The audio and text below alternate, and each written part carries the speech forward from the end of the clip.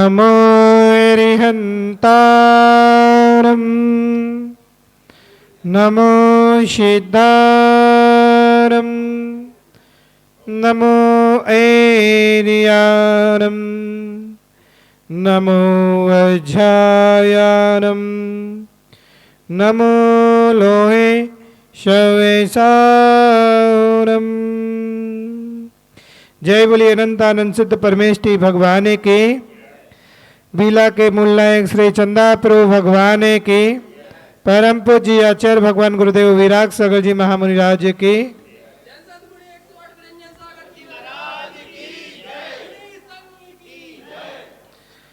महान भाव, आज अपन सभी बीला ग्राम में विराजे हुए हैं। भगवान चंदा प्रभु स्वामी के समोसरण में, चंदा प्रभु भगवान के समोसरण में विराज करके जिनेन्द्र देशना का रसपान कर रहे हैं। समय साल जी में आचार्य भगवान कुंद कुंद देव स्वामी महाराज अभव्य जीव की भी धर्म में प्रीति होती है। यदि कोई अभव्य जीव है वह भी धर्म में प्रीति रखता है, लेकिन श्रद्धा नहीं करता है, उसका श्रद्धा भाव नहीं होता है। वह क्रिया करते हुए भी सिर्फ यश कीर्ति लाभ के लिए क्रिया करता है, वह भोग के लिए क्रियाएं करता है, निकांक्षित भाव होकर के कोई क्रिया नहीं करता है। और श्रद्धा ना होने के कारण वह संसार का कारण ही बनता है।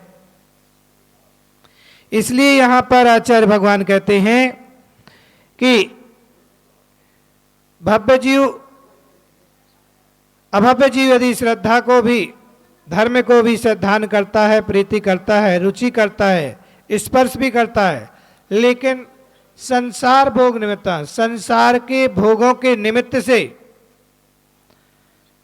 संसार के भोगों के निमित्त से वह श्रद्धान कर रहा है, वह पूजन भी कर रहा है तो इस भाव से कर रहा है कि भगवान मेरे परिवार में शांति हो जाए, मेरी दुकान अच्छी चलने लगे, मेरे परिवार खुशहाली हो जाए, इस भावनाओं से पूजा कर रहा है। सम्यक दृष्टि जीव जो होता है वह सात भय से रहित होता है।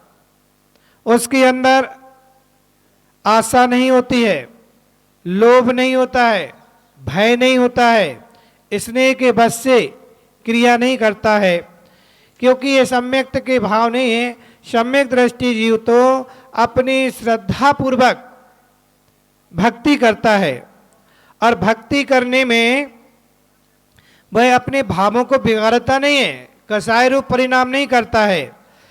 वह अपने, कभी ऐसा भी कार्य होता है कि यदि भक्ति करते समय दुख भी आता है,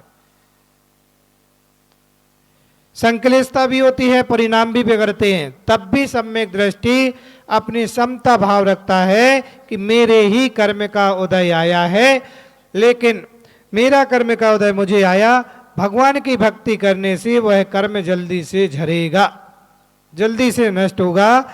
वह साम्य भाव रख करके भक्ति करता है। इस सम्यक दृष्टि की पहचान है, भव्य जीव की पहचान है। अभव्य जीव जो कार्य करता है वह कसाय रूप परिणाम से कार्य करता है। इसलिए यहाँ इस बात को समझना कि जो अद्भुत सुख की वृद्धि है, सुख की प्रचुरता यदि कोई है तो निश्चय सुख का लक्षण है कि हमारा सुख जो होना चाहिए उस सुख में जो प्राप्त करना है, क्योंकि इंद्रियों के जो भी सुख मिल रहे हैं ये सुखाभास है। जितने भी इंद्रियों के सुख मिल रहे हैं ये सब सुखाभास है, ये तो इंद्रियों के अधीन है, कर्म के अधीन है। लेकिन शाश्वत सुख जो है वह इंद्रियों से रहित होकर के, वह कर्मों से रहित होकर के सुख होता है। तो हमें वही सुख प्राप्त करना है कि जो इंद्रियों से रहित होकर के, अभी तो क्या है कि थोड़े से आपके यहाँ पर बैठे भी हो ना, आपको आपके अनुकूल क्रियाएं चल रही हैं, आपके अनुकूल बातें चल रही हैं, सो आपका मन लग रहा है, आप बैठे हैं गुरु की भक्ति कर रहे।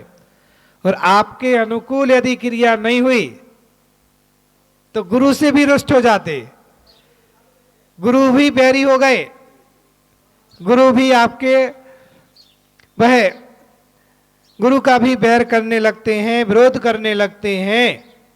इसका मतलब है कि अभी तुमने धर्म को समझा ही नहीं। धर्म को बाहरंग को यापन कर रहे थे, अंतरंग धर्म तो ये है कि आपकी श्रद्धा देव शास्त्र गुरु पर है, और देव शास्त्र गुरु पर श्रद्धा है, कर्म अपना अपना है। जरूरी नहीं कि जो तुमने मन में इच्छा रखी है वो सारी इच्छाएं पूर्ण हो जाएं। यदि सारी इच्छाएं पूर्ण होने लगे तो फिर संसार में सुख दुख का, पुण्य पाप का कुछ खेल ही नहीं रहेगा।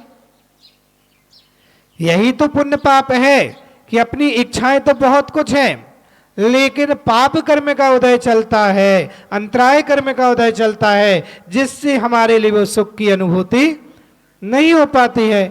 सुख की अनुभूति नहीं होती है, दुख हो जाता है, दुख हो जाता है तो बैर होना प्रारंभ हो जाता है, बैर विरोध बना लेते हैं, और ऐसा विरोध कर लेते हैं, ये बैर विरोध वह देव शास्त्र गुरु का कुछ नहीं बिगाड़ेगा, आपका ही भाव भाव का बंधन करने वाला बन जाता है। ऐसा आचार्य भगवान यहाँ अभव्य की प्रीति बता रहे। अभव्य जीव के भाव ऐसे ही हुआ करते हैं। इस प्रकार से अभव्य जीव के वह सिर्फ प्रदर्शन के लिए क्रिया करता है, दर्शन के लिए क्रिया नहीं करता है, आत्मदर्शन की भावना नहीं रखता है। वह सोचता है मेरा नाम हो, मेरा यश हो, मेरी ख्याति हो, मुझे सब पहचाने, मात्र उसकी चाह के लिए, और उसकी पुष्टि नहीं होती है तो उसकी कसाय बंद हो जाता है, और ऐसी कसाय बंद कर लेता है कि भगवान से भी बैर बना लेता है, भगवान गुरु से भी बैर बना लेता है। और वह कहता है काहे के भगवान, किस चीज के भगवान? अरे भैया, जिस चीज से तुम्हारे लिए प्रीति थी आज तुम्हारे लिए उसी से विरोध हो गया। ये कसाय कह रही है आपकी, आपका धर्म नहीं कह रहा।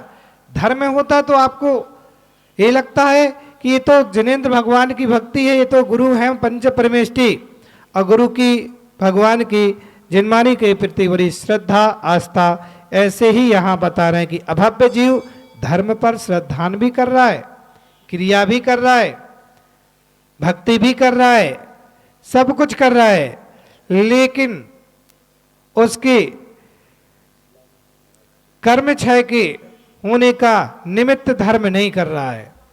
वह संसार के भोगों के लिए, भोग निमित्तम, संसार भोगों के लिए कर रहा है कि मैं यदि मंदिर आऊंगा तो मेरी पहचान होगी समाज में, सब लोग मुझे जय जिनेंद्र करेंगे, सब लोग मुझे सम्मान देंगे, मुझे मंच पर सम्मान मिलेगा, मेरा यश होगा, मेरी ख्याति होगी, मुझे संसार के सुख की प्राप्ति होगी, मेरा व्यापार अच्छा चलेगा। अनेक प्रकार की आकांक्षाएं लेकर के निमित्त संसार के भोगों के इच्छाओं से कर रहा है।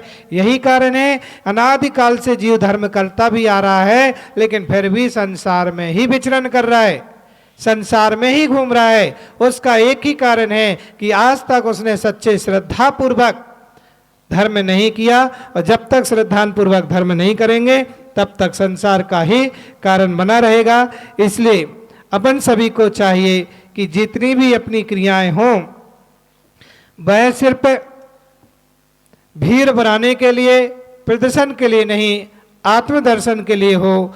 क्योंकि मनुष्य जीवन मिला है, मनुष्य जीवन में इतना अच्छा कुल मिला है, जैन कुल में आपको जन्म मिला है, फिर पता नहीं ऐसा कुल, ऐसी पर्याय कहाँ मिल पाई, नहीं मिल पाई। अपने कर्म को कोसे कि आज मेरा कर्म खोटा है, आज मेरा कोई पाप कर्म का उदय है, जिस पाप कर्म के उदय से मुझे ऐसा अंतराय आ रहा है कि भक्ति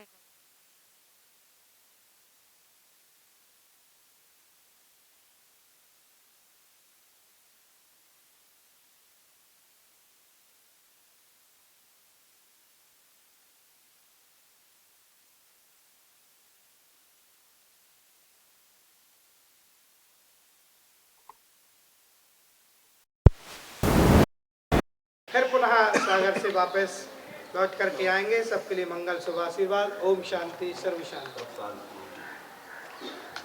हमारे बाबूलाल जी वर्तमान के माता